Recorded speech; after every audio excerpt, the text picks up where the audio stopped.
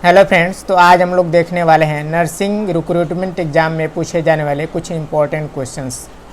तो ये question number 1 है, drug of choice for typhoid fever, मतलब कि टाइफाइड फीवर का ड्रग ऑफ चॉइस क्या है।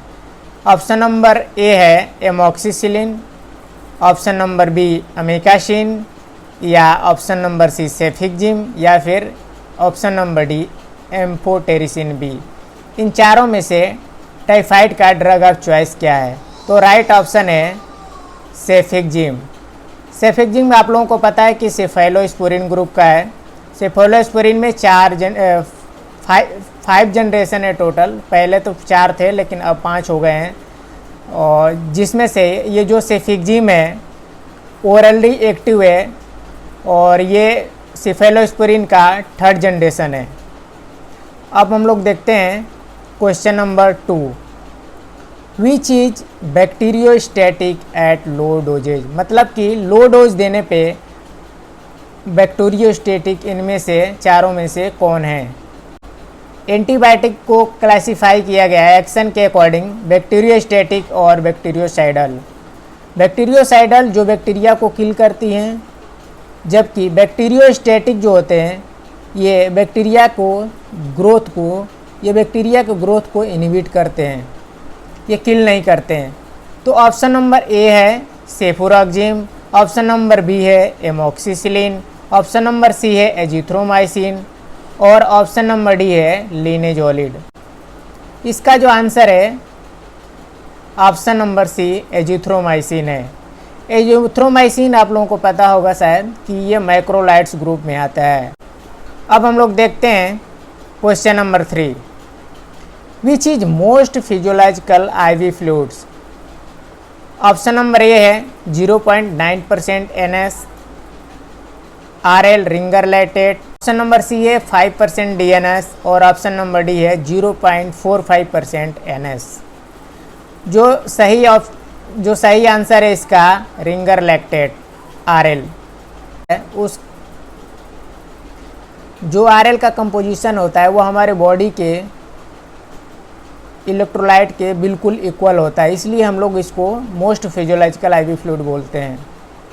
0.9% NS ये आइसोटोनिक होता है, 5% DNS हाइपरटोनिक होता है, जबकि 0.45% NS हाइपोटोनिक सोल्यूशन होता है। अब हम लोग देखते हैं question number 4, prodrug is an. Option number A active form of drug, option number B inactive form of drug, option number C metabolite drug, या नॉन ऑफ दीज, या इनमें से कोई नहीं। प्रो ड्रग क्या है? इसका सही ऑप्शन है inactive form of drug. Drug के जो ड्रग होती है 2 फॉर्म हो जाती हैं, एक एक्टिव फॉर्म में और दूसरा इनएक्टिव फॉर्म में। तो ये जो प्रो ड्रग होती हैं, तो जो इनएक्टिव फॉर्म ऑफ ड्रग जो होता है उसको हम लोग बोलते हैं प्रो ड्रग। जैसे मेटोक्लोप्रामाइड क्या होता है? ये इनएक्टिव फॉर्म है ड्रग का। जब हम लोग इसको देते हैं तो ये हमारे बॉडी में जाने के बाद ये एक्टिव फॉर्म में आती है। जब कोई भी ड्रग मेटाबोलाइज हो जाती है उसका मतलब काम ख़त्म हो जाता है। अब हम लोग देखते हैं question number 5, which antibiotic can not inhibit bacterial cell wall synthesis. Option number A ampicillin, option number B ceftriaxone, option number C gentamicin, और ऑप्शन नंबर डी मेरोपिनम। इनमें से हम लोग को बताना है कि कौन से एंटीबायोटिक है जो बैक्टीरिया सेल वॉल सिंथेसिस को इनहिबिट नहीं करते हैं। एंटीबायोटिक का एक ग्रुप है जो बैक्टीरियल सेल वॉल सिंथेसिस को इनहिबिट करता है।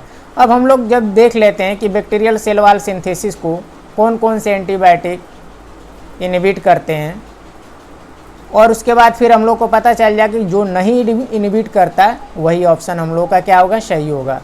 एंटीबायोटिक का एक ग्रुप है जिसको बोलते हैं हम लोग बीटा लैक्टम एंटीबायोटिक, जिसमें बीटा लैक्टम की रिंग होती है जो बैक्टीरिया के सेल वॉल सिंथेसिस को इनहिबिट करती हैं। इसमें क्या क्या आता है? पेनिसिलिन, सिफेलोस्पिरिन, कार्बापिनिम्स और एजोट्रियोनम। ये जो है एम्पिसिलिन ये पेनिसिलिन ग्रुप है। सिप्ट्रैक्जोन सिफेलोस्पिरिन थर्ड जनरेशन है। और मेरोपिनेम ये कार्बापिनिम्स है। और चौथा आता है इसमें एजिट्रियोनम। तो ये जो है एम्पिसिलिन, सिप्ट्रैक्जोन और मेरोपिनेम ये बीटा लैक्टम एंटीबायोटिक हैं जो बैक्टीरियल सेल वॉल सिंथेसिस को इनहिबिट करते हैं। जबकि जेंटामिसिन है ये एमाइनोग्लाइकोसाइड्स है जो 30S राइबोसोम्स पे काम करता है और प्रोटीन सिंथेसिस को इनहिबिट करता है। तो सही ऑप्शन क्या है? जेंटामिसिन। आई होप ये वीडियो आप लोगों को अच्छी लगी हो तो प्लीज़ लाइक कीजिए, शेयर कीजिए और कमेंट करके हमें बताइए कि और आपको कौन से टॉपिक पे क्वेश्चन चाहिए। तब तक के लिए बहुत बहुत धन्यवाद।